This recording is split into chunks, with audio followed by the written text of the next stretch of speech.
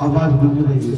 हाँ, हरि हर महादेव, हरि हरि बोलो सतगुरु भगवान की। बहुत ही सुंदर भजन था।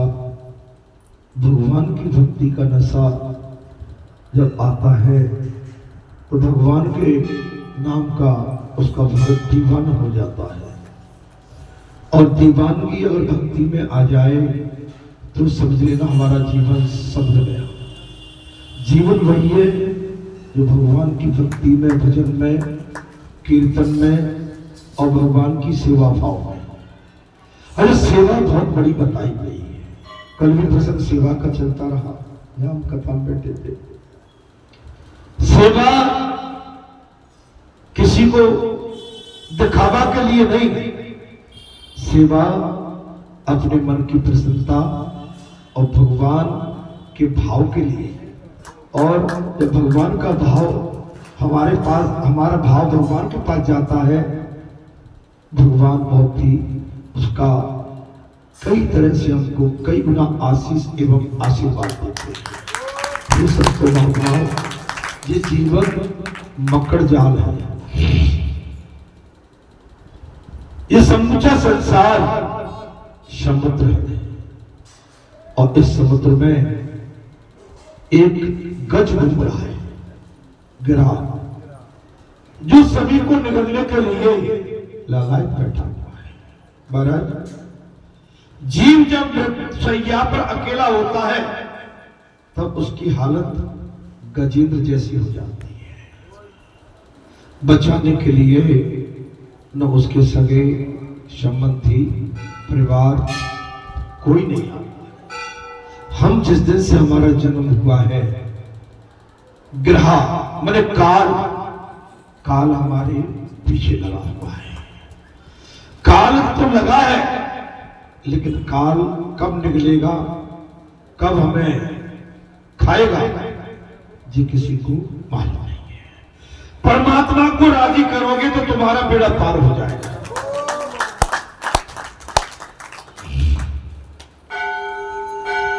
हे संतों, हे महात्माओं, परमात्मा को राजी करोगे तो बेड़ा पार हो जाएगा। बगैर परमात्मा के हमारा जीवन आनंद एवं मंगल में निकल ही नहीं सकता। अरे ये गजेंद्र तो पशु था महाराज, लेकिन पशु होकर भी परमात्मा को आवाज दे रहा। गजेंद्र हाथी सरोवर में गजने पकड़ रखा है। पशु होने के बाद भगवान को आवाज दे रहा है, लेकिन संसारी मानव भगवान को नहीं, संसार को आवाज देता है। आपत्ति विपत्ति आती है, भगवान से दूरी बना के अपने सगे संबंधी, अपने नजदीकी जो भी हैं, उनसे वो अपना रिश्ता जोड़ता है, जबकि ये रिश्ता मिथ्या है, ये कल्याण नहीं करेगा। काम बिगड़ जाए, भगवान की शरण में चले जाए। न झाड़ फूक वाले के पास, न सियाने के पास, काम बिगड़े तो केवल भगवान को पकड़ लो, बस बेड़ा पार। मैं यह देखता रहता हूं, चमत्कार भगवान का है, इंसान का नहीं। चमत्कार किसका है? आपको लगता है कि महाराज जी के पास कोई चमत्कारी छड़ी है, ये बिल्कुल ठीक नहीं है। चमत्कारी तो बैठे हुए, आप उनसे नाता जोड़ के रखें।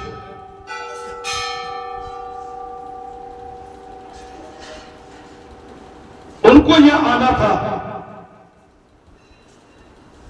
बस उन्होंने मुझे पकड़ लिया कि एक काम कर, काम तो मुझे करना है, बस तू मेरा एक आगे का सहायक बन जा, मैं जो बात कहता हूं तू इस संसार को बता। बोले करता करता मैं उसमें। आपको लगता होगा महाराज जी के पास कोई जादू की छड़ी है, नेवर, नॉट थिंक, बिल्कुल नहीं, मेरे पास कुछ भी नहीं है, मेरे पास है तो केवल भगवान है मेरे पास।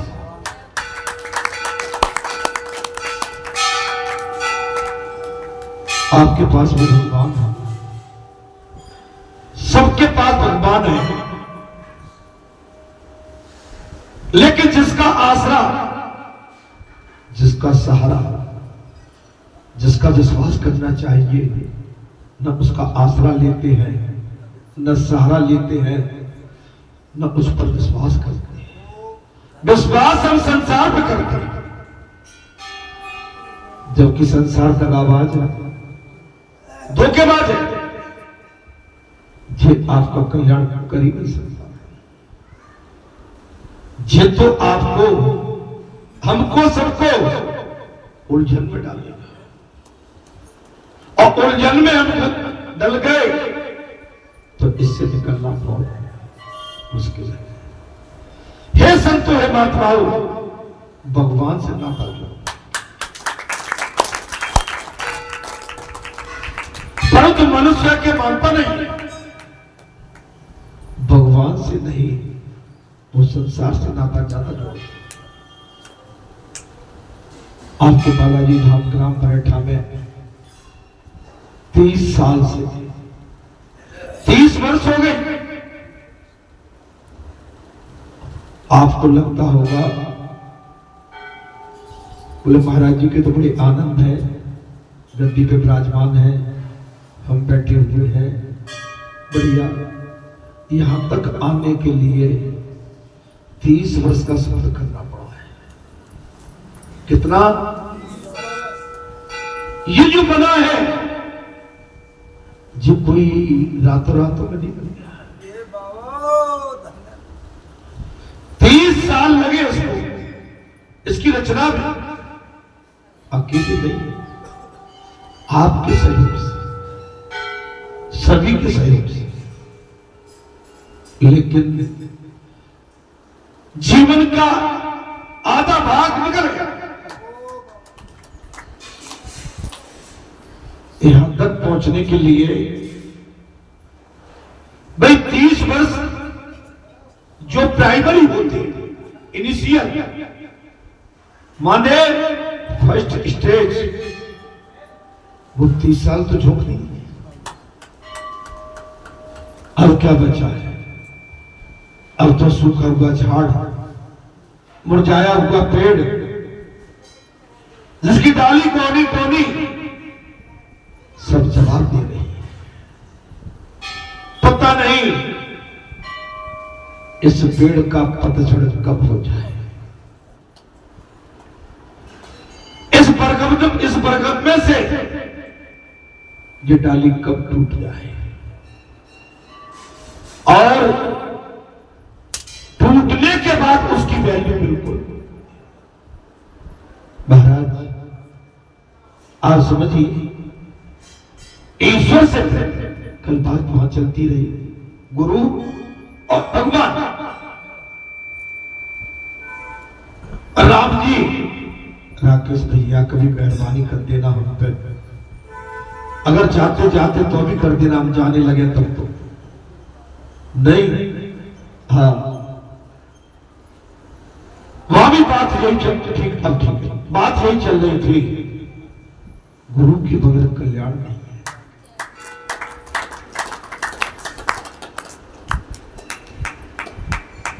गुरु भगवान से आपका हमारा मिलन कराने की, महाराज एक बहुत बड़ी कड़ी है। बगैर गुरु के ईश्वर से मिलन नहीं हो सकता। रामचंद्र जी का बहुत बड़ा सुंदर उदाहरण दिया था, सबरी का भी उदाहरण दिया महाराज। सबरी रात्रि में सेवा कर जाते, पता ही नहीं पड़ पाता। ऐसा ही कोई आश्रम था जैसा हमारा अभी धर्म भैया रात्रि में ही पूरी सेवा कर देता, पता नहीं पड़ता, बैठता नहीं। किसी के पास गप सप लगाने के लिए मैं भी उसको देख रहा हूं लंबे टाइम से, लेकिन बिल्कुल नहीं, अपने काम में लगा रहता है। सेवा बताई नहीं जाती, सेवा केवल की जाती है।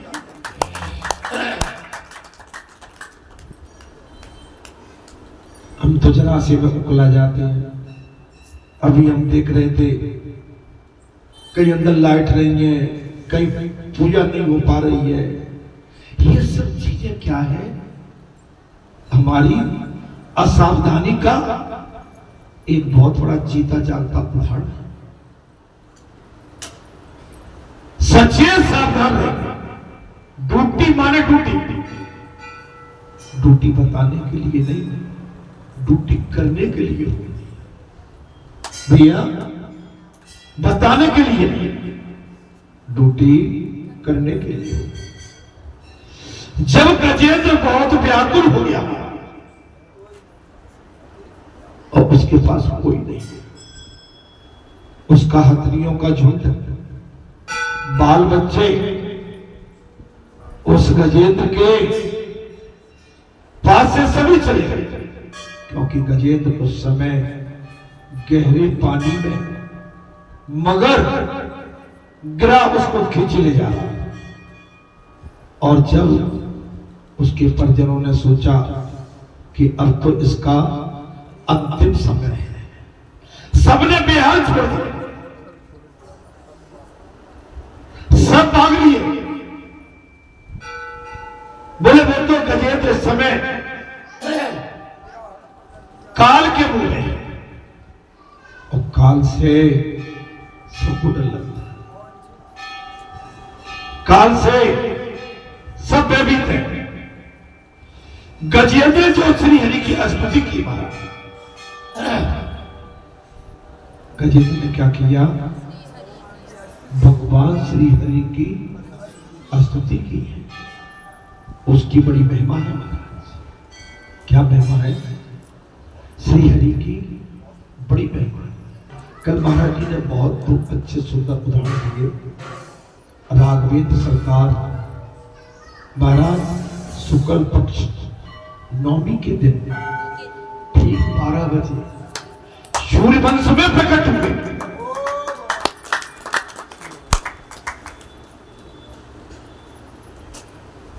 कल कथा सुनने चले गए थे हम मुरैना जिले में, सुंदर कथा थी। कथा वाचक बहुत ही मर्यादित एवं श्रद्धा भाव और समर्पित भाव से कथा कहते हैं। जैसे आपका बाबा नहीं चाहता है नो डिस्टर्ब, वहां भी ठीक ऐसा ही है, बिल्कुल नहीं। मने इतनी भारी गर्मी में आस्थालु श्रद्धालुओं की कमी नहीं, पंडाल खचाखच भरी थी। हजारों की तादाद में माताएं थी, हजारों की तादाद में हमारे पुरुष भाई थे। चारों तरफ आनंद ही आनंद छाया, आवाज नहीं। बड़ी सुंदर स्तुति की थी। बोले सूर्य कुल में सूर्य के भूषण और रघुकुल के शिरोमणि भगवान श्री राम दिन के 12 बजे प्रकट हो गए।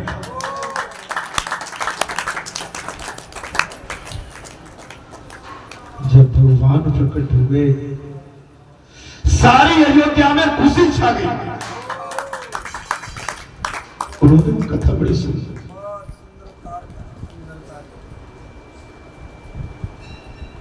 कौशल्या माता के भवन में भगवान श्री राम का प्राकट्य होना और वो भी चतुर्भुज रूप में। महाराज कौशल्या भैया ने कही नाना, बोले मुझे ये स्वरूप नहीं चाहिए, तुमने पुत्र का वचन दिया है, तुम मेरे सामने पुत्र रूप में आएंगे।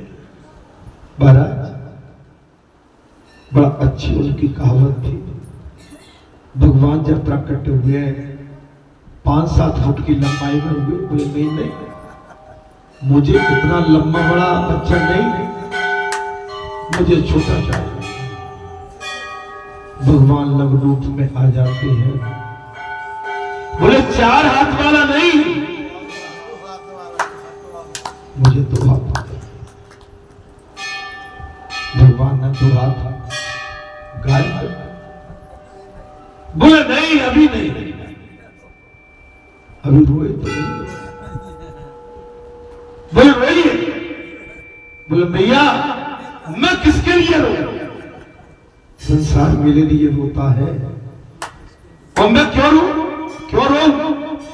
मेरे को क्या दुख है?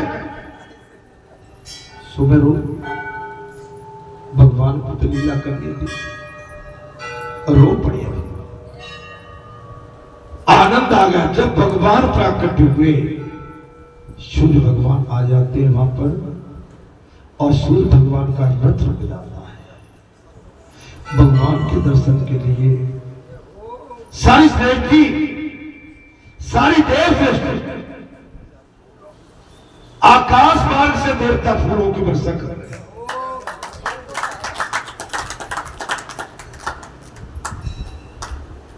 चंद्रदेव आ गए हैं। सूर्य देवता ने कहा एक तरफ हो जा तुम, इन पर तो अधिकार मेरा है। चंद्रदेव तो गए, क्यों भाई ऐसी क्या बात है? हमारी भी तो बात है। चंद्रदेव जाके अलग अन्य बने से और रूपे से जाके अलग खड़े हो गए। भगवान की दृष्टि पड़ी है वहां पर। भगवान ने चंद्रदेव से पूछा, बोले भैया चंद्रदेव आप क्यों अनमने हो? क्या मेरे आने की तुम्हें खुशी नहीं?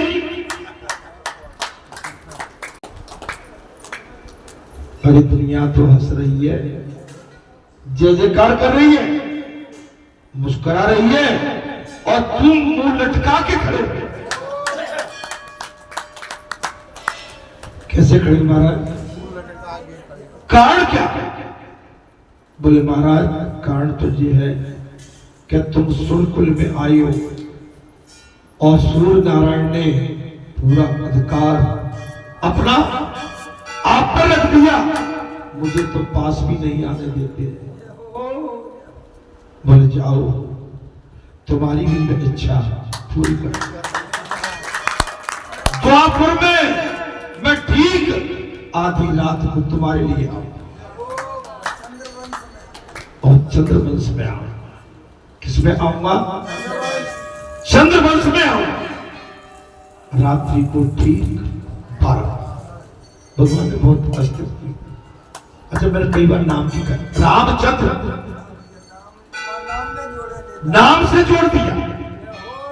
बोले एक काम करते हैं, मैं अपने नाम के साथ तुम्हारा नाम जोड़। बोले क्या है नाम?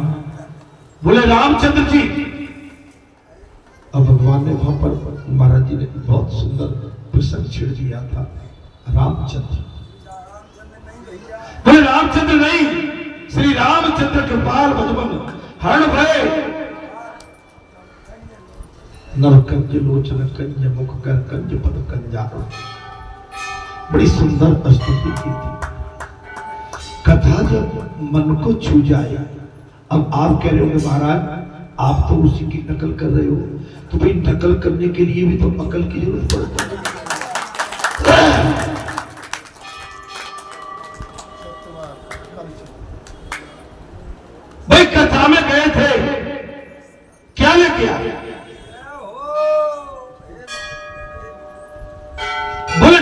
गोरखपुर जिला मुरैना में आप भागवत कथा सुनने के लिए गए थे महाराज। प्रसंग क्या सुन लिया? तो हमने वहां प्रसंग सुना, वो आपको सुना रहे हैं।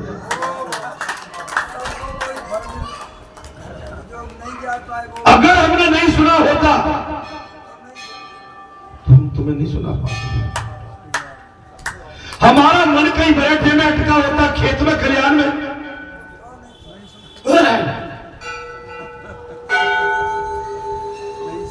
खेत में